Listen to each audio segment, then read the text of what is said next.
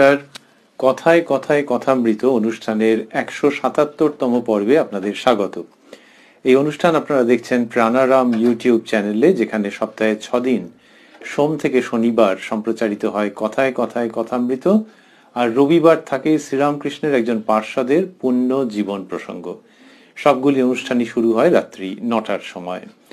শ্রী শ্রী রামকৃষ্ণ কথামৃততে আমরা অবস্থান করছিলাম 18ই ডিসেম্বর 1883 প্রসঙ্গে, যেখানে আমরা দেখেছি যে কথামৃতকার শ্রীযুক্ত মহেন্দ্রনাথ গুপ্ত বা শ্রীম দক্ষিণেশ্বরে শ্রীরামকৃষ্ণের অনুমতি লাভ করে তার কাছে এসে বসবাস করছিলেন 14ই ডিসেম্বর থেকে।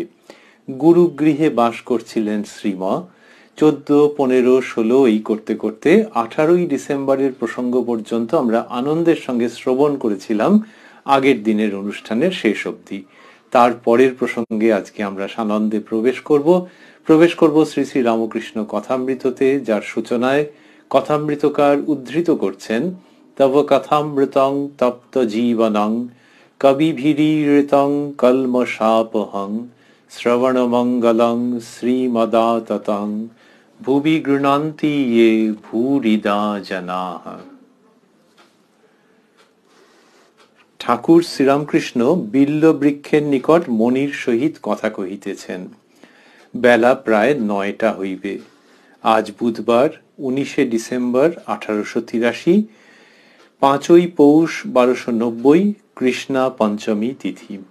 আমরা বলছিলাম যে 18ই ডিসেম্বরের প্রসঙ্গে আমরা ছিলাম, আর আজকে আমরা প্রবেশ করেছি 19শে ডিসেম্বরের প্রসঙ্গে মাস্টারমশাইয়ের সঙ্গে।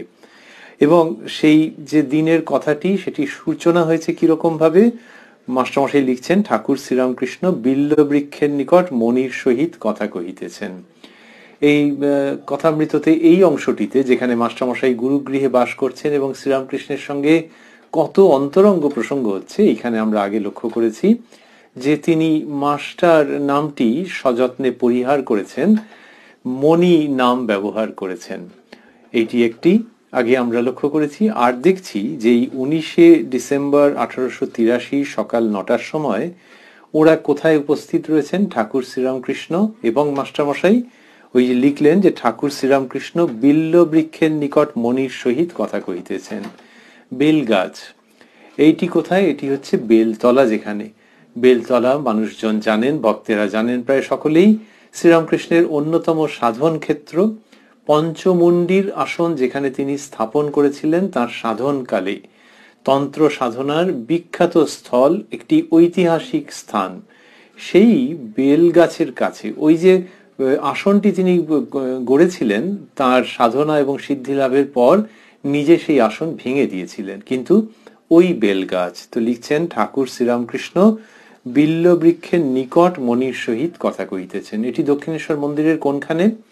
দক্ষিণেশ্বর মন্দিরের একেবারে উত্তর দিকে, আগে যেখানে ম্যাচ ফ্যাক্টরি বা বারুদ কারখানা ছিল, সেই উত্তর দিক দিয়ে এখন যেখানে গাড়ি বেরিয়ে যায়, সেই গাড়ি বেরোনোর, গাড়ির যে দিকটাতে মুখ করে থাকে সেই দিকে মুখ করলে বাঁ হাতে পড়বে ওই বেলতলা বা পঞ্চমুণ্ডির আসন। তার মানে হিসাব মতো হচ্ছে মন্দিরের উত্তর পূর্ব কোণ।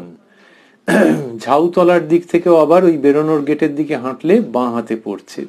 তাহলে এই উত্তর পূর্ব কোণে যে বেলতলা, সেইটির কথা বলছেন। এইসব বিখ্যাত স্থান শ্রীরামকৃষ্ণের সাধনায় একেবারে জীবন্ত হয়ে ওঠা স্থান। তো সেইখানে একেবারে বন্ধুর মতো, আপনজনের মতো অন্তরঙ্গ ভঙ্গিতে সকাল 9টার সময় 19শে ডিসেম্বর 1883 শ্রীরামকৃষ্ণ কথা বলছেন।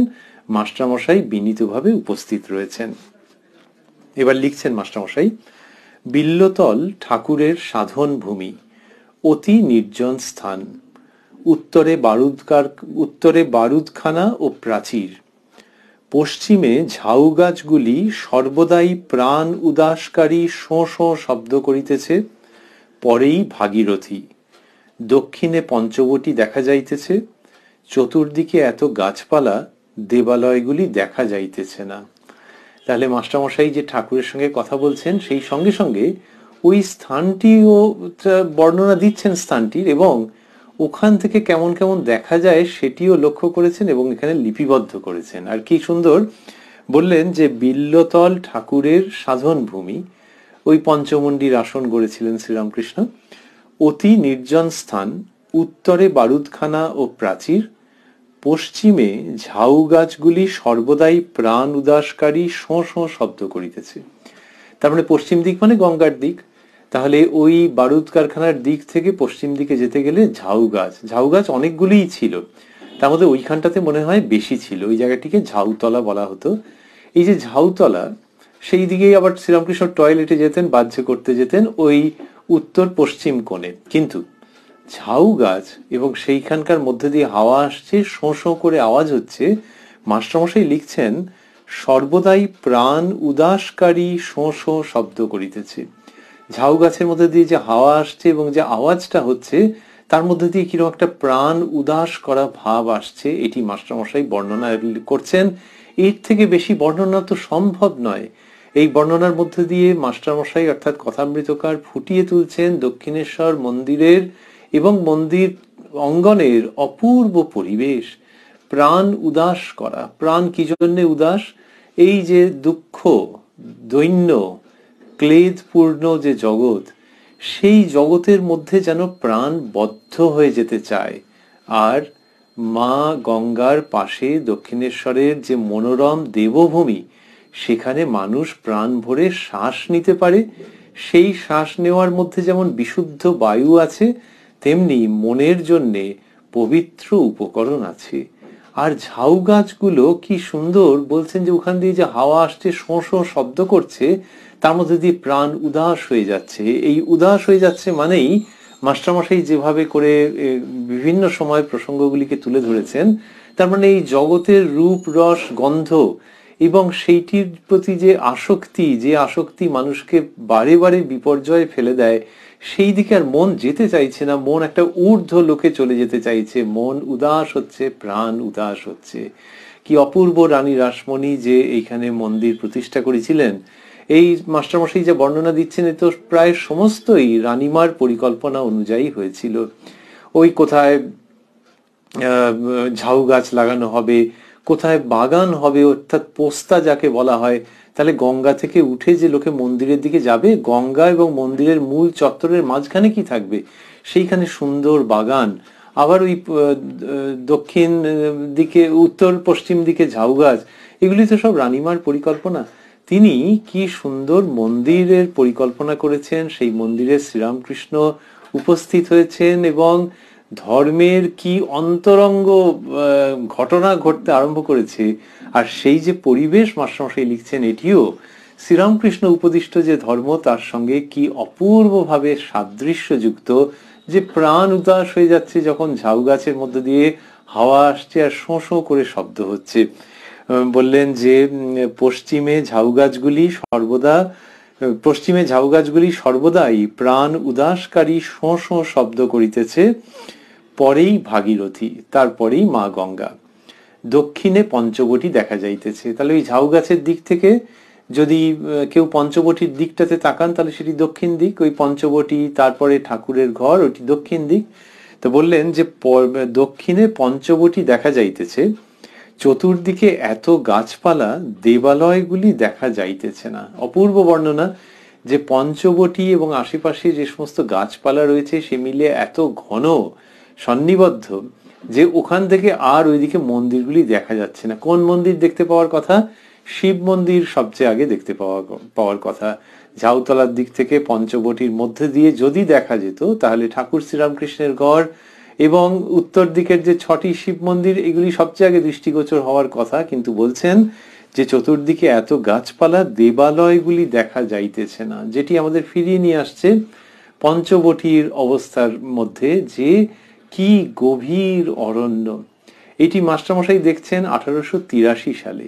আর শ্রীরামকৃষ্ণ যখন সাধন করেছেন, তখন তাহলে অনুমান করা যায় যে সেখানে বন বলতে যা বোঝায় সেটা কিরকম ছিল। বর্ণনা আছে যে পঞ্চবটিতে শ্রীরামকৃষ্ণের ভাগ্নে হৃদয়রাম মহাশয় তিনি বলছেন যে ওই দিকে সকালবেলাতেও যাওয়া যেত না। কেন না, ভয় করত, যে সূর্যের আলো তো প্রায় আসতোই না, সেই জন্য ভয় করত। তা সেইখানে যাওয়া যেত না পঞ্চবটিতে। আর ওই পঞ্চবটিতে তার মামা শ্রীরামকৃষ্ণ পরমহংস তো হৃদয়রাম বলছেন যে মামা সেইখানে গিয়ে রাত্রির বেলায় সাধন করছেন এবং তাতে হৃদয়রাম রীতিমতো ভয় পেয়ে যেতেন।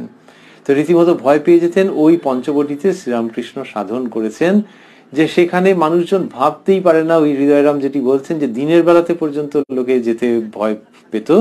আমরা মাস্টারমশাই যখন 1883-তে বর্ণনা দিচ্ছেন যে চতুর্দিকে এত গাছপালা, দেবালয়গুলি দেখা যাইতেছে না, তখন আমরা সানন্দে রিওয়াইন্ড করে সেই শ্রীরামকৃষ্ণের সাধনের যে সময় সেটিকে কতকটা অনুমান করবার প্রয়াস করতে পারি বই কি। এইটি হওয়ার পর মাস্টারমশাই লিখছেন যে শ্রীরামকৃষ্ণের সঙ্গে কি কথোপকথন হচ্ছে। আমরা আগেও খেয়াল করেছি যে এই যে পর্ব যখন দক্ষিণেশ্বরে মাস্টারমশাই এসে গুরুগৃহে বাস করছেন 14ই ডিসেম্বর 1883 থেকে, সেই সময় শ্রীরামকৃষ্ণ খুব গভীর কথা বলেছেন, ত্যাগ বৈরাগ্যের খুব সুনির্দিষ্ট বাণী উচ্চারণ করেছেন মাস্টারমশাইয়ের জন্য। অন্য সময়েও করেছেন, কিন্তু এখানে যেন মনে হয় ইংলিশে যাকে বলা হয় বেস্ট ইউটিলাইজেশন অফ টাইম, সেই রকম ভাবে তিনি মাস্টারমশাইয়ের জন্য খুব জরুরি সমস্ত কথা বলেছেন অল্প সময়ের মধ্যে। আমরা সেই রকম কথার মধ্যে এক্ষুনি প্রবেশ করব।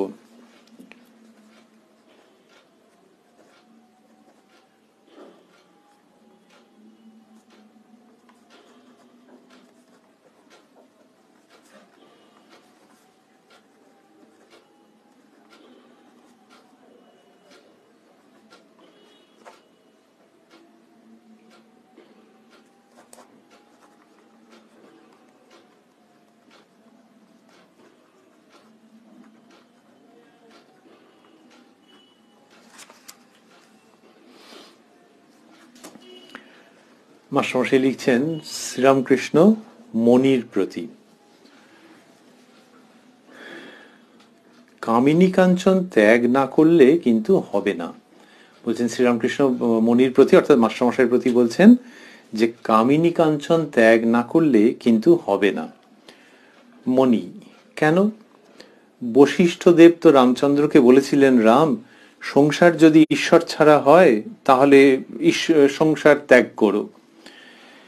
এটি শ্রীরামকৃষ্ণ ওই বেলা 9টার সময় বেলগাছের কাছে দাঁড়িয়ে মাস্টারমশাইকে বললেন, কামিনী কাঞ্চন ত্যাগ না করলে কিন্তু হবে না। এইবারে কামিনী কাঞ্চন ত্যাগ মানে, মাস্টারমশাই তো সংসারী মানুষ, তাহলে কামিনী কাঞ্চন ত্যাগ মানে উনি যা বুঝছেন সেটি হচ্ছে সংসার ত্যাগের প্রসঙ্গই বলছেন শ্রীরামকৃষ্ণ। এইটিতে মাস্টারমশাই এক এক সময় খুব একটা মনের মধ্যে তোলপাড় করতো যে তাহলে কি ঠাকুর শ্রীরামকৃষ্ণ সংসার ছেড়ে আসতে বলছেন? আচ্ছা, মাস্টারমশাই কি সংসার ছেড়ে আসবেন? উত্তর হচ্ছে যে আসার জন্য হয়তো প্রস্তুত ছিলেন, কিন্তু একজন সংসারী মানুষ এবং এই বয়সী, তার কাছে যদি এটি এসে উপস্থিত হয় যে সংসার না ছাড়লে কিন্তু হবে না, তখন তো ভেতরের মধ্যে একটা নানান রকমের প্রশ্ন আসবে এবং একটা কষ্ট হবে, আশঙ্কা হবে যে তাহলে কি তিনি প্রকৃত ধর্মপথ থেকে বঞ্চিতই হতে চলেছেন। তো একটা বড় সিদ্ধান্তের মুখোমুখি যেন দাঁড়িয়ে রয়েছেন, এরকম একটা অবস্থা হচ্ছে। তো শ্রীরামকৃষ্ণ এই এরকম আগেও আমরা দেখেছি। তো শ্রীরামকৃষ্ণ এই দিনকে বলছেন কামিনী কাঞ্চন ত্যাগ না করলে কিন্তু হবে না। তখন মাস্টারমশাই শুনেছেন ঠাকুর শ্রীরামকৃষ্ণের কাছে, আমরা কথামৃতের মধ্যে আগে পেয়েছি, যেখানে শ্রীরামকৃষ্ণ বলছেন যে রামচন্দ্র সংসার ত্যাগ করবেন বলেছিলেন। তখন বশিষ্ঠদেব এসে রামচন্দ্রকে বলেছিলেন যে তুমি বিচার করো আমার সঙ্গে যে এই সংসার কি ঈশ্বর ছাড়া। তখন রামচন্দ্র বিচার করে আর কি পারলেন না এবং সেই জন্য তিনি সংসার ত্যাগ করলেন না। তো এটি তো শ্রীরামকৃষ্ণ বলেছেন তার শ্রীমুখে, তাই মাস্টারমশাই সেটি এখন একটু যেন ইতস্তত করেই উল্লেখ করলেন। বলছেন কেন? বশিষ্ঠদেব তো রামচন্দ্রকে বলেছিলেন, রাম, সংসার যদি ঈশ্বর ছাড়া হয় তাহলে সংসার ত্যাগ করো। শ্রীরামকৃষ্ণ মনির প্রতি। শ্রীরামকৃষ্ণ ঈষৎ হাসিয়া সে রাবণ বধের জন্য তাই রাম সংসারে রইলেন, বিবাহ করলেন। বলছেন যে ওই রাবণকে বধ করতে হবে, এই দায়িত্ব রামচন্দ্রকে নিতে হবে, ওই জন্য বশিষ্ঠদেব ওটি বলেছিলেন। অর্থাৎ এখানে শ্রীরামকৃষ্ণ যে অবস্থানটি নিচ্ছেন সেটি হচ্ছে পূর্ণ বৈরাগ্যের দিকে তিনি তার অবস্থান নিচ্ছেন। যে ওটা বলেছিলেন যাতে রাবণ বধ হয়, সেই জন্য রামচন্দ্রের সংসারে থাকা দরকার ছিল, তাই রাম সংসারে রইলেন, বিবাহ করলেন। মণি নির্বাক হইয়া কাষ্ঠের ন্যায় দাঁড়াইয়া রহিলেন। এই যে মাস্টারমশাই একদম কাঠের মতো হয়ে গিয়ে দাঁড়িয়ে রইলেন, এটি বলে প্রসঙ্গটি এখানেই শেষ হচ্ছে। তারপরে ওরা এগোবেন, কিন্তু এই যে মাস্টারমশাই কাঠের মতো হয়ে রইলেন, তার মানে ওই ভেতরে ওই প্রশ্নটা আবার নতুন করে এলো যে তাহলে সংসার ত্যাগ করতেই হবে। কিন্তু আমরা মাস্টারমশাইয়ের জীবনে দেখি যে ঠাকুর শ্রীরামকৃষ্ণ কিন্তু আসলে ওকে সংসার ত্যাগ করতে দেননি বা সেই উপদেশও দেননি। মাস্টারমশাই ঠাকুরের কাছে সন্ন্যাসের জন্য ভিক্ষা করেছিলেন, প্রার্থনা জানিয়েছিলেন বলে জানা যায়, কিন্তু ঠাকুর চেয়েছিলেন যে মাস্টারমশাই সংসারে থাকুন এবং ঠাকুরের ভাব প্রচার হোক তাঁর দ্বারা। গুরু ভাই তিনি যখন ঠাকুরের মুখের দিকে তাকিয়েছিলেন, যে ভাবছিলেন ঠাকুর যা বলছেন সেগুলি লিখে রাখবেন, তখন ঠাকুর বলেছিলেন যে না, তোদের এসব করতে হবে না, এর জন্য আলাদা লোক আছে। তো সেই মাস্টারমশাই চিহ্নিত ব্যক্তি, ঠাকুরের নির্বাচিত ব্যক্তি, তাকে তিনি সংসারেই রেখেছিলেন এবং মাস্টারমশাইয়ের জীবনকে তিনি পরিপূর্ণ করে দিয়েছিলেন। কিন্তু এই দিনের প্রসঙ্গটি মাস্টারমশাই লিখলেন যে ঠাকুর যখন ওই রামচন্দ্রের কথায় এই যুক্তি দিলেন, তারপর তিনি কাঠের মতো দাঁড়িয়ে রইলেন, মণি নির্বাক হইয়া কাষ্ঠের ন্যায় দাঁড়াইয়া রহিলেন। এরপরে আমরা যা দেখবো কথামৃতের মধ্যে, যে আবার সেই আগের মতনই চলছে। তার মানে মাস্টারমশাইয়ের মনের মধ্যে এই যে একটা সংশয়, জিজ্ঞাসার চিহ্ন তৈরি হয়েছে এবং একটা যেন বিপর্যস্ত অবস্থা, সেটিকে খুবই অনুমান করা যায় যে শ্রীরামকৃষ্ণই পরে নিরসন করে দিয়েছেন। কিন্তু এখানে দেখছি এরকম লেখার পর মাস্টারমশাই লিখছেন, ঠাকুর শ্রীরামকৃষ্ণ এই কথা বলিয়া নিজের ঘরে ফিরিয়া যাইবার জন্য পঞ্চবটী অভিমুখে গমন করিলেন। বেলা 9টা হইয়া গিয়াছে। শ্রীরামকৃষ্ণের সহিত মণির কথা চলিতেছে পঞ্চবটী মূলে। তাহলে বেলতলার দিক থেকে ওরা ধীরে ধীরে পঞ্চবটির ওখানে এসেছেন। এইখানে ঠাকুরের সঙ্গে মাস্টারমশাইয়ের কথা হচ্ছে। মণি শ্রীরামকৃষ্ণের, মাস্টারমশাই লিখছেন মণি শ্রীরামকৃষ্ণের প্রতি। জ্ঞান ভক্তি দুই কি হয় না? শ্রীরামকৃষ্ণ ভক্তির কথা বলেছেন আর জ্ঞানের কথাও বলেছেন, কিন্তু জ্ঞান পথ কলিযুগের মানুষের পক্ষে সাধারণত নয়, এটি বহুবার তিনি উল্লেখ করেছেন। তো মাস্টারমশাই বলছেন জ্ঞান ভক্তি দুই কি হয় না? তারপর লিখছেন শ্রীরামকৃষ্ণ, খুব উঁচু ঘরের হয়, খুব উঁচু ঘরের হয়, ঈশ্বর কোটির হয় যেমন চৈতন্য দেবের, জীব কোটিদের আলাদা কথা। তো বললেন যে ঈশ্বর কোটি হলে জ্ঞান ভক্তি দুই হয়। ঈশ্বর কোটি নির্বাচিত কিছুজন, অল্প কিছুজন যারা ভগবানের সঙ্গেই মর্ত লীলার কারণে অবতীর্ণ হন। তা শ্রীরামকৃষ্ণ বললেন ঈশ্বর কোটির হয় যেমন চৈতন্য দেবের, জীব কোটিদের আলাদা কথা। জ্ঞান ভক্তি দুটি একসঙ্গে হওয়া, অর্থাৎ ঈশ্বরের জন্য প্রবল আকর্ষণ, চোখে জল, বিরহ যদি বোধ হয় তাহলে ছটফট করা, আবার জ্ঞান যেখানে জানছেন যে তিনি সর্বব্যাপ্ত, তা সর্বব্যাপ্ত থাকলে তার জন্য ওরকম ছটফটানি কেন? ওইটাই যে জ্ঞানের ভাবও আছে, আবার ক্ষণিকের জন্যও তার সঙ্গ বিরহিত হলে ছটফটানি বা বিরহও আছে। জ্ঞান ভক্তির সমন্বয়। যদি জ্ঞানে কেউ প্রতিষ্ঠিত থাকেন তাহলে আবার সেই ভক্তির যে ভাব, এটা কি চট করে আসবে? তো শ্রীরামকৃষ্ণ বলছেন জীব কোটির ওটা হয় না, ঈশ্বর কোটির হয়। তারপর বললেন আলো অর্থাৎ জ্যোতি, আলো 5 প্রকার, দীপ আলোক, অন্যান্য অগ্নির আলো, চান্দ্র আলো, সৌর আলো ও চান্দ্র সৌর একাধারে, ভক্তি চন্দ্র, জ্ঞান সূর্য। বলছেন যে আলো 5 প্রকার বলে বললেন দীপ আলোক, অন্যান্য অগ্নির আলো, তার মানে বেশি বেশি হচ্ছে আর কি, প্রাবল্য ক্রমশ বেশি হচ্ছে। দীপ আলোক, অন্যান্য অগ্নির আলোক, তাহলে দ্বীপের মধ্যেও তো আগুন আছে, হ্যাঁ আছে, আবার আরো আরো বড় বড় আগুন। দীপ আলোক, অন্যান্য অগ্নির আলোক, অন্যান্য অগ্নির আলো, চান্দ্র আলো, সৌর আলো, এই 4 রকম। তারপরে বললেন ও চান্দ্র সৌর একাধারে, ভক্তি চন্দ্র, জ্ঞান সূর্য। এইভাবে বলছেন যে আলো 5 রকম হয়। তার মধ্যে শেষে বললেন চান্দ্র সৌর একাধারে, মানে চাঁদের এবং সূর্যের আলো একাধারে। তো সেইটি ঈশ্বর কোটি ছাড়া সেই অনুভূতি হয় না, এটি বলছেন। চন্দ্র এবং সূর্যের আলো যে একাধারে কি করে হতে পারে একটু বাদেই এক্ষুনি বলবেন তিনি। তো এখানে দেখাচ্ছেন যে এমনিতে লোকে যেরকম হয় সেইগুলো হচ্ছে যে এই ক্রমশ ক্রমশ আরো তীব্র আলো, আর ওই শেষে বললেন যে ওই চাঁদের এবং সূর্যের আলো মিশ্রিত। তারপর বলছেন কখনো কখনো কখনো কখনো আকাশে সূর্য অস্ত না যেতে যেতে চন্দ্রোদয় দেখা যায়। অবতারাদির ভক্তিচন্দ্র জ্ঞান সূর্য একাধারে দেখা যায়।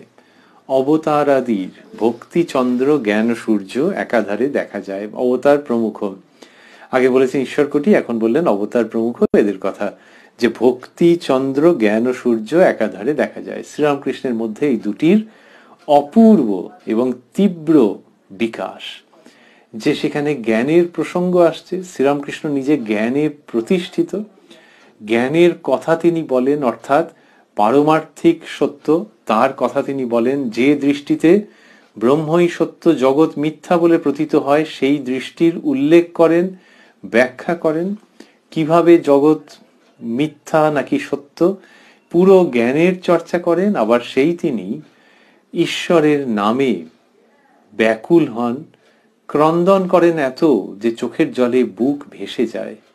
তা বলেছেন যে অবতারাদির ভক্তিচন্দ্র জ্ঞান সূর্য একাধারে দেখা যায়। শ্রীরামকৃষ্ণের নিজের জীবনে এটির অপূর্ব প্রকাশ। কখনো কখনো তিনি সমাধিস্থ হয়ে গেছেন এবং মাস্টারমশাই বর্ণনা লিখেছেন যে চিদাকাশে মন পক্ষী বুঝি বিচরণ করিতেছেন, যে মন এখানে নেই, তিনি কোথায় চলে গেছেন, মন কোথায় চলে গেছে, ইন্দ্রিয়রা কাজে জবাব দিয়ে চলে গেছে। সেই অবস্থাতে শ্রীরামকৃষ্ণের হাস্যবদন আর চোখের কোণ দিয়ে প্রেমাশ্রু নির্গত হচ্ছে। ওই জ্ঞান সূর্য ভক্তিচন্দ্রের একত্র অবস্থান। তো এইটি শ্রীরামকৃষ্ণের ভেতরে অসামান্য ভাবে বিকশিত হচ্ছে। আর সেই তিনি কথা বলছেন, তারিখটি হলো 19শে ডিসেম্বর 1883, বেলা 9টা হয়ে গেছে, পঞ্চবটি মূলে মাস্টারমশাইয়ের সঙ্গে তিনি কথা বলছেন। তারপরে রয়েছে মনে করলেই কি সকলের জ্ঞান ভক্তি একাধারে দুই হয়, আধার বিশেষ। কোনো বাঁশের ফুটো বেশি, কোনো বাঁশের খুব সরু ফুটো। ঈশ্বর বস্তু ধারণা কি সকল আধারে হয়, একশের ঘটিতে কি দুশের দুধ ধরে। তো এই জ্ঞান ভক্তির সমন্বয়ের প্রসঙ্গে বলছেন এটি। এরকম হয়তো মাস্টারমশাইয়ের বক্তব্যের মধ্যে থাকতে পারে যে তার নিজের দিক থেকে এটির ইচ্ছে রয়েছে, সেই জন্য এটি ব্যক্ত করছেন। কেন? মাস্টারমশাইয়ের নিরাকারের দিকে আকর্ষণ ছিল। শ্রীরামকৃষ্ণের কাছে প্রথম যখন আগমন হয়েছে তার, তখন শ্রীরামকৃষ্ণ জিজ্ঞাসা করেছেন যে তোমার সাকারে বিশ্বাস না নিরাকারে? মাস্টারমশাই বলেছেন আজ্ঞা নিরাকারে। ঠাকুর বলেছিলেন যে হ্যাঁ নিরাকারে বিশ্বাস ভালো, তবে সাকারও সত্য, এইটি জেনো, এরকম বলেছিলেন। তো এই যে মাস্টারমশাই নিরাকারে বিশ্বাসে তখনকার দিনের একটা ব্রাহ্ম সমাজের প্রভাবও আছে। এইসব মিলে নিরাকার চিন্তা করতে তার বেশ ভালোই লাগে, কিন্তু নিরাকার মানেই নির্গুণ, অর্থাৎ সেই পরম সত্তা, সেই চৈতন্যের চিন্তা। আর সেই মাস্টারমশাই যিনি ওই ধরনের ভাব ভাবনা বোধের প্রতি আকৃষ্ট হতেন, তিনি এসে শ্রীরামকৃষ্ণকে দেখছেন যে ঈশ্বরীয় ভাবে ইনি নাচছেন, গাইছেন, কথামৃত বিতরণ করছেন, যেটি শুনে লোকে কখনো আনন্দ করছে, লোক কখনো আনন্দে চোখের জলে ভাসছে। এই যে ভক্তির দিকটি, এটি কি চমৎকার লাগছে। আর মাস্টারমশাইয়ের চৈতন্য চরিতামৃত প্রমুখ গ্রন্থ পড়া ছিল, তা ওই চৈতন্য চরিতামৃত প্রভৃতি পড়া ছিল। তা তিনি শ্রীরামকৃষ্ণের কাছে এসে এরকম ভক্তির যে নদী, সেই নদী তার স্রোত উথাল পাথাল করছে, এটি আনন্দের সঙ্গে দেখেছেন। সেই জন্য তার হয়তো মনে হয়েছে যে আচ্ছা, জ্ঞান এবং ভক্তি দুটির সমন্বয় কি সম্ভব? নিজের জ্ঞান পথের প্রতি আকর্ষণ রইল, আবার ভক্তির সম্পদ থেকেও বঞ্চিত হলেন না। এই কথাগুলি এর কাছে এসে জিজ্ঞেস করে নিলে সবচেয়ে ভালো হয় যে দুটো কি একসঙ্গে সম্ভব। সেইখানে শ্রীরামকৃষ্ণ বলছেন যে এটি হয় না ওরকম ভাবে, জীব কোটির হয় না, এবং সেটিকেই বলছেন। শ্রীরামকৃষ্ণ কখনো কাউকে নিরাশ করেননি, কিন্তু তবু কোনখানে কতদূর পর্যন্ত হতে পারে তার তো একটা আছে প্রসঙ্গ, সেটিকে উল্লেখ করছেন। এবং তিনি যে নিরাশ করেননি সেটি তো পরবর্তীকালে কথামৃতের মধ্যে দেখতেই পাওয়া যায়, যে মাস্টারমশাই ঠাকুরের কত অন্তরঙ্গ হচ্ছেন এবং ঠাকুর তাকে আশ্বস্ত করছেন। তো কিন্তু এই জ্ঞান ভক্তি দুটি একসঙ্গে যে হওয়া, সেই প্রসঙ্গের মধ্যে রয়েছেন এবং আরো কিছু কথা আছে। এখানে বললেন যে মনে করলেই কি সকলের জ্ঞান ভক্তি একাধারে দুই হয়, একাধারে দুই হয়। আধার বিশেষ শব্দগুলিকে মাস্টারমশাই স্থূলাক্ষরে দিয়েছেন। কোনো বাঁশের ফুটো বেশি, কোনো বাঁশের খুব সরু ফুটো। ঈশ্বর বস্তু ধারণা কি সকল আধারে হয়? একশের ঘটিতে কি দুশের দুধ ধরে?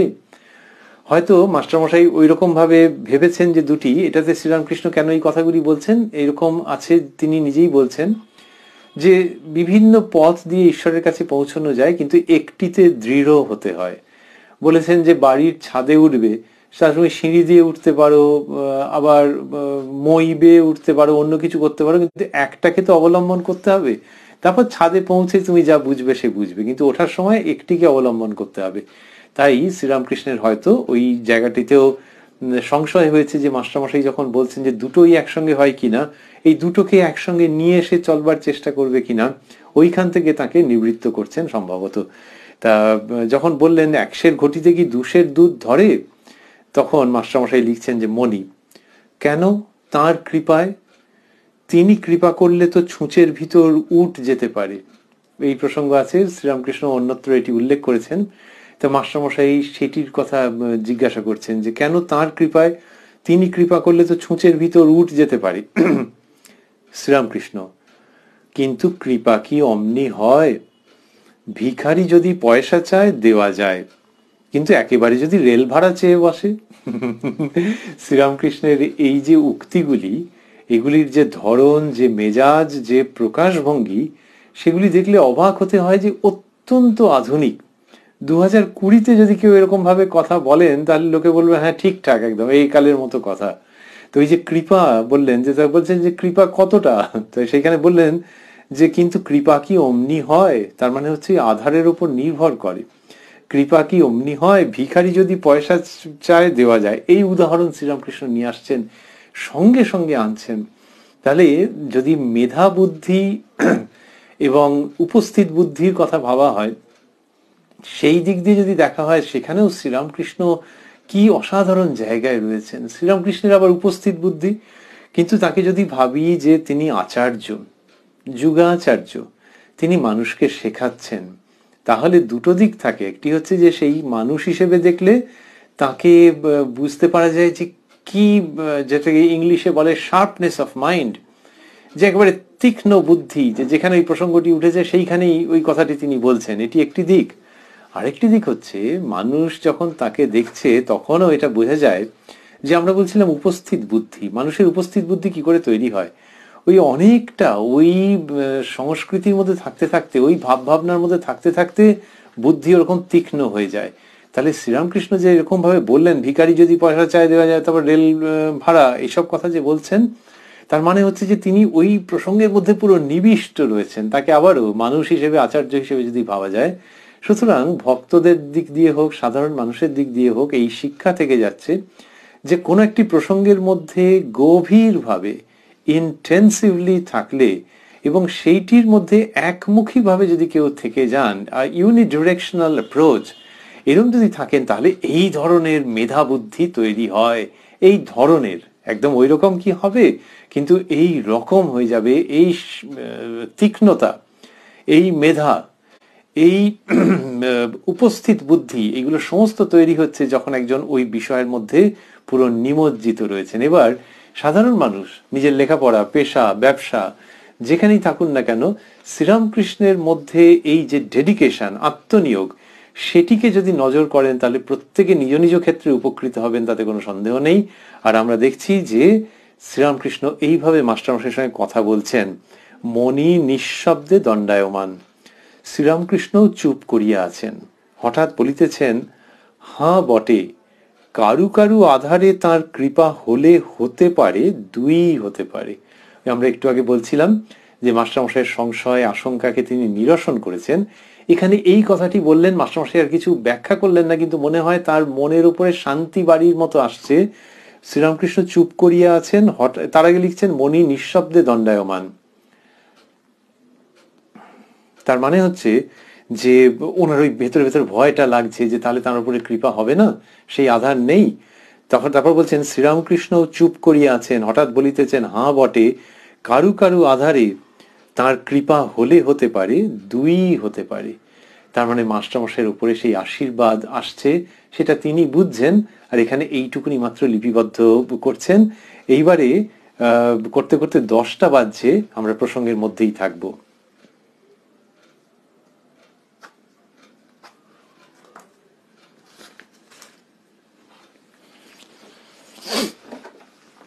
লিখছেন মাস্টারমশাই, ঠাকুর শ্রীরামকৃষ্ণ পঞ্চবটী তলায় মনির সহিত কথা কহিতেছেন, বেলা প্রায় 10টা হইল। তো ঠাকুর শ্রীরামকৃষ্ণ পঞ্চবটী তলায় মাস্টারমশাইয়ের সঙ্গে কথা বলছেন, বেলা প্রায় 10টা হইল। একটু আগে আমরা দেখেছি যে 9টা বেজে গেল এরকম লিখেছেন, করতে করতে করতে করতে এখানে 10টা বেজেছে। এবং মাস্টারমশাই জিজ্ঞাসা, এবারে মাস্টারমশাই আরো জিজ্ঞেস করবেন, কারণ তিনি খুব ভরসা পেয়েছেন, তার আনন্দ হয়েছে শ্রীরামকৃষ্ণের কথায়। এবারে তার আরেকটি প্রশ্ন রয়েছে। তিনি লিখছেন, মণি, আজ্ঞা নিরাকার সাধন কি হয় না? তো বললেন যে নিরাকার সাধন কি হয় না, এটি জিজ্ঞাসা করছেন তিনি শ্রীরামকৃষ্ণকে, যে আজ্ঞা নিরাকার সাধন কি হয় না? শ্রীরামকৃষ্ণ বলছেন, হবে না কেন, ও পথ বড় কঠিন। আগেকার ঋষিরা অনেক তপস্যার দ্বারা বোধে বোধ করত, ব্রহ্ম কি বস্তু অনুভব করত। ঋষিদের খাটুনি কত ছিল, নিজেদের কুটির থেকে সকালবেলা বেরিয়ে যেত, সমস্ত দিন তপস্যা করে সন্ধ্যার পর আবার ফিরত, তারপর এসে একটু ফলমূল খেত। তা মাস্টারমশাই লিখছেন যে আজ্ঞা নিরাকার সাধন কি হয় না, এটি কেন বলছেন? ওই যে আমরা একটু আগেই উল্লেখ করছিলাম যে তার নিরাকারের দিকে তো ঝোঁক। শ্রীরামকৃষ্ণ অনেকবার বলেছেন যে নিরাকার সাধন জ্ঞানের পথ, সেটি কলিকালের ঠিক উপযুক্ত নয়, কিন্তু মাস্টারমশাইয়ের মনের মধ্যে ওটি রয়ে গেছে। আর একটু আগে আমরা শুনলাম শ্রীরামকৃষ্ণ কৃপার কথা বলেছেন, সেইখান থেকে হয়তো আশ্বস্ত বোধ করে মাস্টারমশাই আবার ওই প্রশ্নটি করছেন। বলছেন, আজ্ঞা নিরাকার সাধন কি হয় না? শ্রীরামকৃষ্ণকে জিজ্ঞাসা করেছেন। তখন শ্রীরামকৃষ্ণ বলছেন, হবে না কেন, ও পথ বড় কঠিন। আগেকার ঋষিরা অনেক তপস্যার দ্বারা বোধে বোধ করত ব্রহ্ম কি বস্তু অনুভব করত। তাহলে এই ঋষিদের জীবনযাত্রা সেটি উল্লেখ করছেন। ঋষিদের খাটুনি কত ছিল, নিজেদের কুটির থেকে সকালবেলা বেরিয়ে যেত, সমস্ত দিন তপস্যা করে সন্ধ্যার পর আবার ফিরত, তারপর এসে একটু ফলমূল খেত।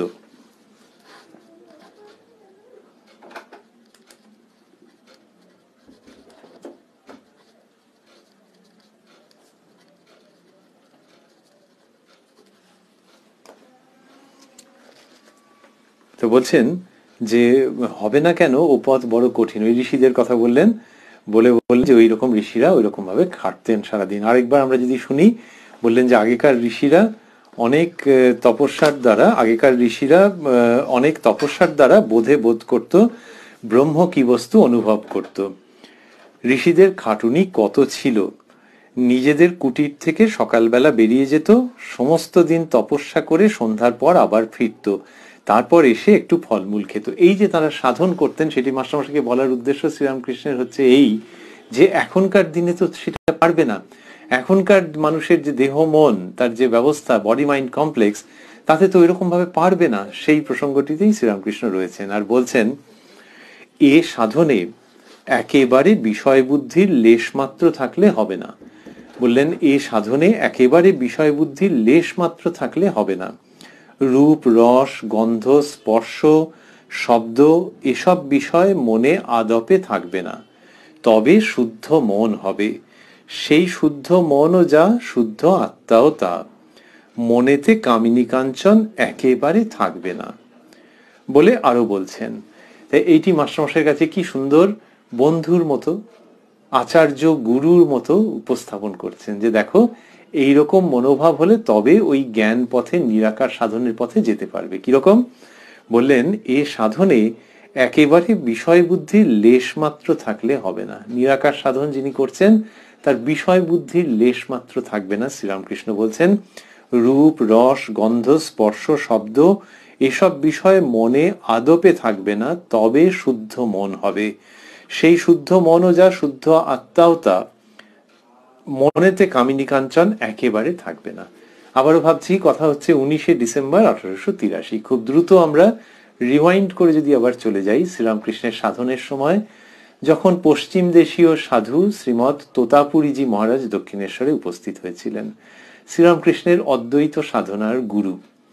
তিনি যখন শ্রীরামকৃষ্ণকে অদ্বৈত সাধনার জন্য নিয়ে যাচ্ছেন, ঠাকুর বললেন যে আমি মাকে জিজ্ঞেস করে আসি।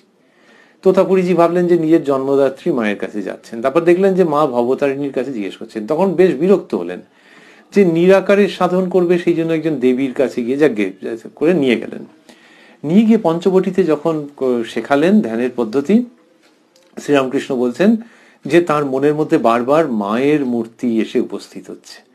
এই যে এখানে শুনছি 19শে ডিসেম্বরে তিনি বলছেন রূপ রস গন্ধ স্পর্শ, রূপ রস গন্ধ স্পর্শ শব্দ এসব বিষয় মনে আদপে থাকবে না, তবে শুদ্ধ মন হবে।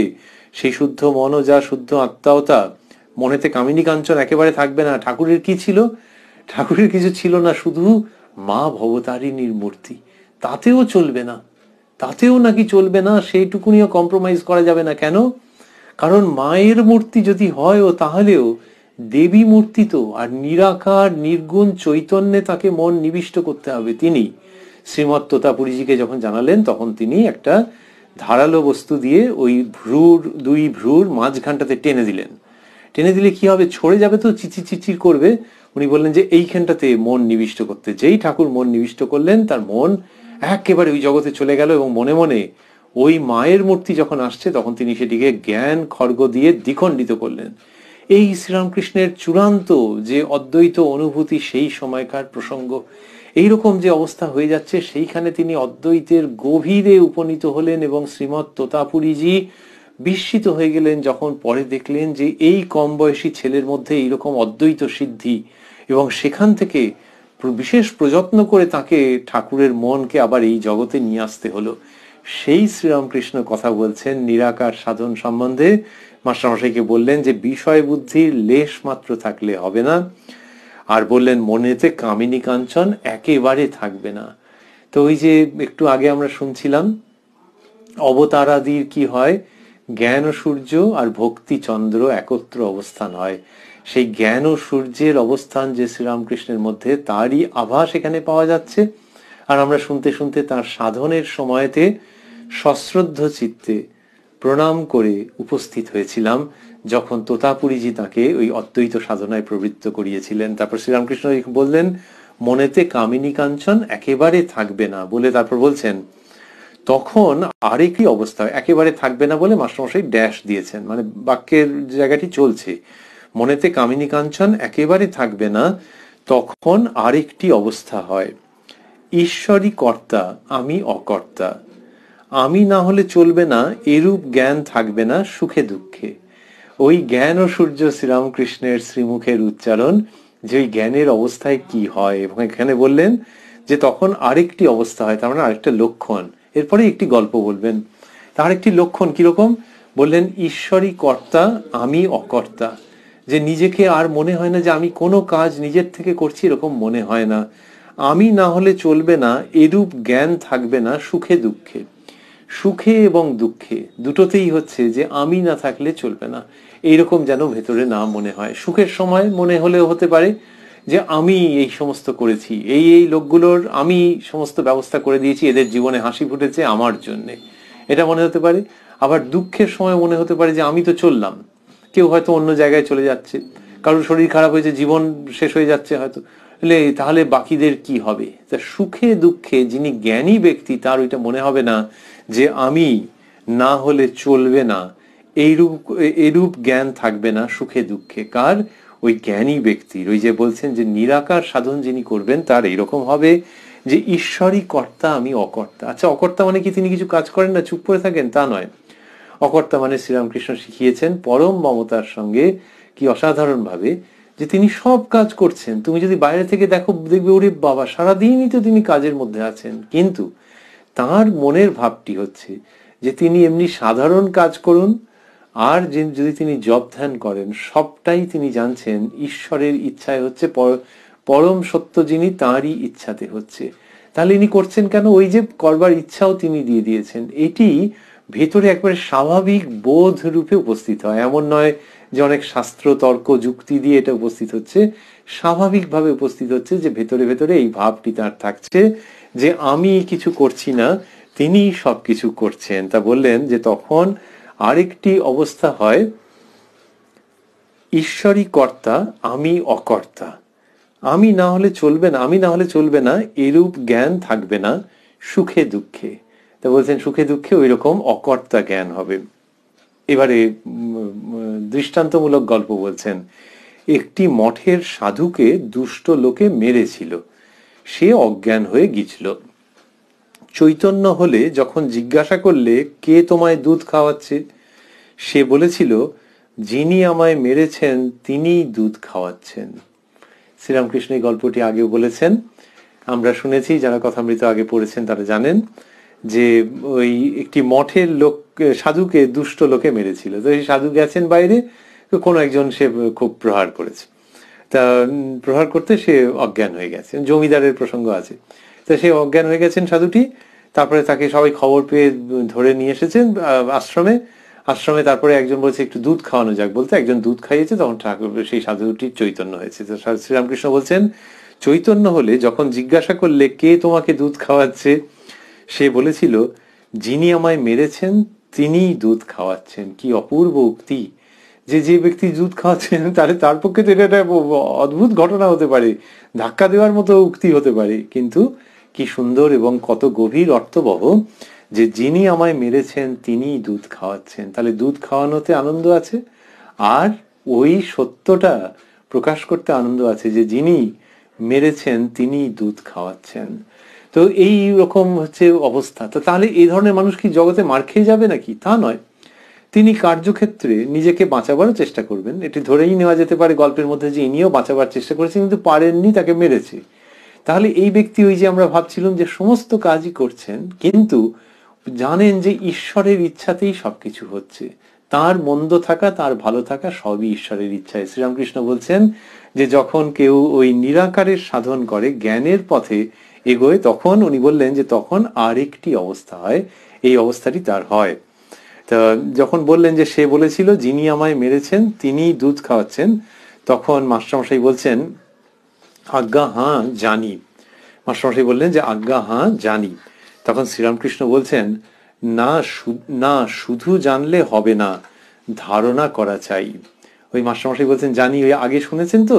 তা সেখানটাতে শ্রীরামকৃষ্ণ বললেন যে না, শুধু জানলে হবে না, ধারণা করা চাই। যে মাস্টারমশাই আগে শুনেছেন, কিন্তু এগুলি মনের মধ্যে গভীরভাবে ধারণা করতে হবে। এটা বলে আরো কি সুন্দর করে বোঝাবেন।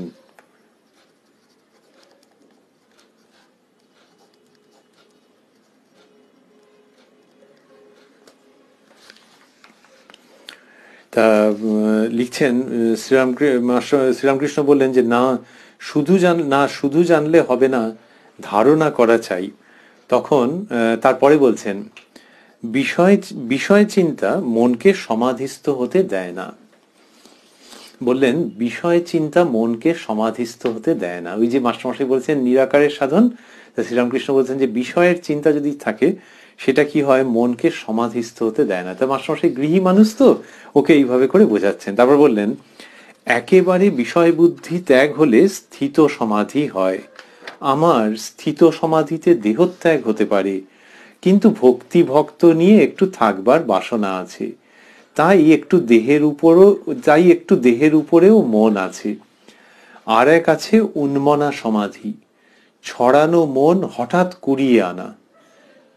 ওটা তুমি বুঝেছ মনি? আজ্ঞা হাঁ। শ্রীরামকৃষ্ণ ছড়ানো মন হঠাৎ কুড়িয়ে আনা, বেশিক্ষণ এ সমাধি থাকে না, বিষয় চিন্তা এসে ভঙ্গ হয়, যোগীর যোগ ভঙ্গ হয়। তা বললেন, তার আগে বলছিলেন যে আমরা আর একটুখানি পড়তে পড়তে শেষ করব। তা শ্রীরামকৃষ্ণ বললেন যে বিষয় চিন্তা মনকে সমাধিস্থ হতে দেয় না। এইগুলি মাস্টারমশাই স্থূলাক করে দিয়েছেন এই শব্দগুলি। বিষয় চিন্তা মনকে সমাধিস্থ হতে দেয় না। একেবারে বিষয় বুদ্ধি ত্যাগ হলে স্থিত সমাধি হয়। আমার স্থিত সমাধিতে দেহত্যাগ হতে পারে। কি সাংঘাতিক কথা, কি উচ্চ পর্যায়ের কথা, যে স্থিত সমাধি। অন্যত্র শ্রীরামকৃষ্ণ বলেছেন যে 21 দিনের বেশি দেহ থাকে না, তো বললেন আমার স্থিত সমাধিতে দেহত্যাগ হতে পারে, কিন্তু ভক্তি ভক্ত নিয়ে একটু থাকবার বাসনা আছে, তাই একটু দেহের উপরেও মন আছে। তা বললেন যে ভক্তি ভক্ত নিয়ে একটু থাকবার বাসনা আছে, তাই এই বাসনার জন্য তিনি কি করছেন, তিনি এই জগতে ফেরত আসছেন। তারপরে বললেন আর এক আছে উন্মনা সমাধি, ছড়ানো মন হঠাৎ কুড়িয়ে আনা। ওটা তুমি বুঝেছো? এই উন্মনা সমাধি, যে মনটি ছড়িয়ে রয়েছে, হঠাৎ করে সেটাকে এক জায়গাতে সমাহৃত করে আনা, এটি কারোর স্বীকৃতিতে থাকলে হবে। শ্রীরামকৃষ্ণ সেটির উল্লেখ করেছেন। মাস্টারমশাই লিখছেন মণি আজ্ঞা হাঁ। শ্রীরামকৃষ্ণ ছড়ানো মন হঠাৎ কুড়িয়ে আনা, বেশিক্ষণ এ সমাধি থাকে না, বিষয় চিন্তা এসে ভঙ্গ হয়, যোগীর যোগ ভঙ্গ হয়। তাহলে স্থিত সমাধি বলেছেন, আর এখানে বললেন উন্মনা সমাধি, যে হঠাৎ করে সমাধি হয়ে গেল কিন্তু বেশিক্ষণ থাকে না। শ্রীরামকৃষ্ণ যখন বলছেন, এমনিতে মানুষে যেরকম ভাবে বলে যে হাতের 5 আঙুলের মতো জানা, সেই রকম ভাবে এই প্রসঙ্গগুলি তার অধিগত। বলে একটি গল্প বলছেন যে ওদেশে দেওয়ালের ভিতর, গল্প মানে বাস্তব দৃষ্টান্ত দিচ্ছেন, বলছেন ওদেশে দেওয়ালের ভিতর গর্তে নেউল থাকে। গর্তে যখন থাকে বেশ আরামে থাকে। কেউ কেউ ন্যাজে ইট বেঁধে দেয়, তখন ইটের জোরে গর্ত থেকে বেরিয়ে পড়ে। যতবার গর্তের ভিতর গিয়ে আরামে বসবার চেষ্টা করে, ততবারই ইটের জোরে বাইরে এসে পড়ে। বিষয় চিন্তা এমনি যোগীকে যোগভ্রষ্ট করে। তো বললেন যে বিষয় চিন্তা হচ্ছে এরকম যোগীকে যোগভ্রষ্ট করে। ওই বললেন যে উন্মনা সমাধি যদি হয়, বিষয় চিন্তা এসে ভঙ্গ হয়ে যায়। এবং কি করুণ দৃশ্য দেখাচ্ছেন, যে সে নেউল বদমাইশি করেছে, কেউ লেজে ইট বেঁধে দিয়েছে, তা সে আর গর্তের মধ্যে বসতে পারছে না, হুট করে বেরিয়ে যাচ্ছে। তো সেরকম যদি বিষয় চিন্তা থাকে, তাহলে সেই মন, মানুষের মন সমাধিতে লীন থাকতে পারে না, আবার জগতের দিকে নেমে আসে। কি অপূর্ব উপমা দিচ্ছেন, অত্যন্ত মেধাবী শিক্ষিত বুদ্ধিদীপ্ত মানুষের মতো করে এই উপমা দেওয়া, কিন্তু বোঝাই যায় যে আমাদের এই যে শব্দগুলো মেধাবী, বুদ্ধিদীপ্ত, মনস্বী ইত্যাদি, এগুলি শ্রীরামকৃষ্ণের কাছে খুবই কম পড়ে যাচ্ছে। তিনি একটা অন্য স্তর থেকে বলছেন, তার কাছে আমাদের পদে পদে শিক্ষণীয় থাকছে। তারপরে বললেন বিষয়ী লোকদের এক একবার সমাধির অবস্থা হতে পারে। সূর্যোদয়ে পদ্ম ফোটে, কিন্তু সূর্য মেঘেতে ঢাকা পড়লে আবার পদ্ম মুদিত হয়ে যায়, বিষয় মেঘ। আমরা এই পর্যন্তই পড়ব। তা বললেন যে বিষয়ী লোকদের এক একবার সমাধির অবস্থা হতে পারে। তা ওই প্রশ্ন মাস্টারমশাই যে নিরাকার সাধন কি করা যাবে না, সেইটির উত্তরের মধ্যে রয়েছেন শ্রীরামকৃষ্ণ কত রকম ভাবে প্রসঙ্গটিকে বিশদ করছেন, ব্যাখ্যা করছেন। আর বললেন যে বিষয়ী লোকদের এক একবার সমাধির অবস্থা হতে পারে। সূর্যোদয়ে পদ্ম ফোটে, কিন্তু সূর্য মেঘেতে ঢাকা পড়লে আবার পদ্ম মুদিত হয়ে যায়, বিষয় মেঘ। কি অপূর্ব, কবিতার মতো একটি দৃষ্টান্ত, উপমা। তা বললেন যে পদ্ম ফুটছে, কেন সূর্যোদয় হয়েছে সেই জন্যে, কিন্তু পদ্মের কি কপাল দেখো। কেন? ওই যে বললেন যে সূর্য মেঘেতে ঢাকা পড়লে আবার পদ্ম মুদিত হয়ে যায়, বিষয় মেঘ। তাই বিষয়ের মেঘ যদি ভেতরে থাকে, তাহলে মনটা যে উদিত হবে সেই সূর্যের স্পর্শে, সেই সূর্যের উত্তাপে, সেই সূর্যের উপস্থিতিতে, সেই উদয়টা বেশিক্ষণ থাকবে না, আবারও মুদিত হয়ে যাবে, বুঝে যাবে। কেন? বিষয় মেঘ যদি সূর্যকে আড়াল করে। এটি দিয়ে শ্রীরামকৃষ্ণ নেতিবাচক জায়গায় নিয়ে যাচ্ছেন না, কিন্তু ইতিবাচক, যে মন থেকে ওইটি বিষয় মেঘকে সরাতে পারলে তবে হবে। তাহলে এই যে জ্ঞান পথের যে অসুবিধা আমরা শেষ করতে করতে ভাবছি, যে তাহলে ভক্তিপথের কথা যে শ্রীরামকৃষ্ণ বলেন, তাহলে সেখানে শুদ্ধ মনের দরকার নেই, সেখানেও তো কামিনী কাঞ্চনে বিরাগ দরকার আছে। তাহলে জ্ঞান পথের ক্ষেত্রে বিশেষভাবে বলা হচ্ছে কেন? শ্রীরামকৃষ্ণ ভক্তিপথে দেখিয়েছেন যে মনের মধ্যে ওই সীমাবদ্ধতা গুলো নিয়েও অগ্রসর হওয়া যায়, কারণ তিনি বলছেন এই ক্ষেত্রে শ্রীরামকৃষ্ণ অনন্য, যে ওইগুলিকে ঈশ্বরের দিকে মোড় ফিরিয়ে দিতে হয়। ভেতরে কামনা আছে, ভেতরে ক্রোধ আছে, সেগুলোকে ঈশ্বরকে পাওয়ার জন্য কামনা, ঈশ্বরকে পাওয়া হচ্ছে না বলে ভেতরে নিজের উপরে ক্রোধ, এইভাবে রিপুগুলোর মোড় ফিরিয়ে দিতে হয়। এটি তো জ্ঞান পথে এরকম নেই। সেই জন্য শ্রীরামকৃষ্ণের বক্তব্য, তার বাণী, যে জ্ঞান পথের অধিকারী খুব বিরল। অন্যদের ক্ষেত্রে কি হচ্ছে, যে এই বিষয় চিন্তা এসে মেঘ করে যায় এবং সূর্যকে আড়াল করে দেয়। আমরা রয়েছি উদ্বোধন কার্যালয়ে প্রকাশিত যে শ্রী শ্রী রামকৃষ্ণ কথামৃত, তার 342 পৃষ্ঠায়। আমরা রয়েছি 19শে ডিসেম্বর 1883 প্রসঙ্গে। প্রসঙ্গ আরো চলবে শ্রীরামকৃষ্ণের আশীর্বাদে কৃপায়। পরের দিন যখন আমরা মিলিত হব তখন এটিকে শ্রবণ করব প্রাণারাম ইউটিউব চ্যানেলে কথায় কথায় কথামৃত অনুষ্ঠানে রাত্রি 9টায়। আর শেষ করতে করতে ভাবছি ওই যে শ্রীরামকৃষ্ণ নিজের কথা বললেন, আমরা শুনলে চমকিত হই এবং আমাদের মনের মধ্যে একটা যেন অন্য ভাবনার উদয় হয় যখন বললেন, আমার স্থিত সমাধিতে দেহত্যাগ হতে পারে, কিন্তু ভক্তি ভক্ত নিয়ে একটু থাকবার বাসনা আছে। এই যে বলছেন তিনি, তাঁর আবার বাসনা, সেই বাসনা কি জন্য? ভক্তি ভক্ত নিয়ে। ভক্ত নিয়ে মানে বোঝা গেল, আর ভক্তি নিয়ে মানে ভক্তির প্রসঙ্গ নিয়ে। তাহলে ঈশ্বরের উপরে যে ভক্তি, তার ভেতর থেকে সেটি প্রকাশিত হচ্ছে। তিনি মানুষ রূপে ভগবানের উপর ভক্তি করছেন, মা কালীর মন্দিরে যাচ্ছেন, বিষ্ণু ঘরে যাচ্ছেন, মহাদেবের উদ্দেশ্যে প্রণতি নিবেদন করছেন, আবার মানুষকে ভক্তির কথা মানুষের কাছে উপস্থাপন করছেন। তা বললেন ভক্তি ভক্ত নিয়ে একটু থাকবার বাসনা আছে। আমরা শ্রী শ্রী রামকৃষ্ণ কথামৃতের মধ্যে যে শ্রীরামকৃষ্ণকে পাচ্ছি তিনি ওই রকমই, যার কিনা ওইখানে মন রয়েছে। আর তিনি কিরকম বললেন যে দেহত্যাগ হতে পারে, তো সেই রকম অবস্থার তিনি নিত্য যুক্ত তিনি, কিন্তু তিনি বলছেন ভক্তি ভক্ত নিয়ে একটু থাকবার বাসনা আছে। যে শ্রীরামকৃষ্ণের কণ্ঠস্বর আমরা শ্রী শ্রী রামকৃষ্ণ কথামৃতের মধ্য দিয়ে শ্রবণ করছি, তিনি যিনি কিনা ওইখানে লীন হয়ে না থেকে আমাদের কল্যাণের জন্য, আমাদের মঙ্গলের জন্য এই জগতে যেন অবস্থান করছেন, এই জগতের মতো করে পরম স্নেহের সঙ্গে পরম মমতার সঙ্গে বুঝিয়ে বুঝিয়ে বলছেন, সেটি কথামৃত হয়ে আমাদের শিরে বর্ষিত হচ্ছে। আমরা যেন সেই কথামৃতের আশীর্বাণী থেকে বঞ্চিত না হই, সেই শ্রীরামকৃষ্ণের শ্রী পাদপদ্ম থেকে বঞ্চিত না হই, যিনি এত মিষ্টি করে বললেন যে ভক্তি ভক্ত নিয়ে একটু থাকবার বাসনা আছে। ওং নিরঞ্জনম নিত্যমনন্ত রূপং ভক্তানুকম্পা ধৃত বিগ্রহং বৈ ঈশাবতারং পরমেশমিড্যং তং রামকৃষ্ণং শিরসা নমামঃ।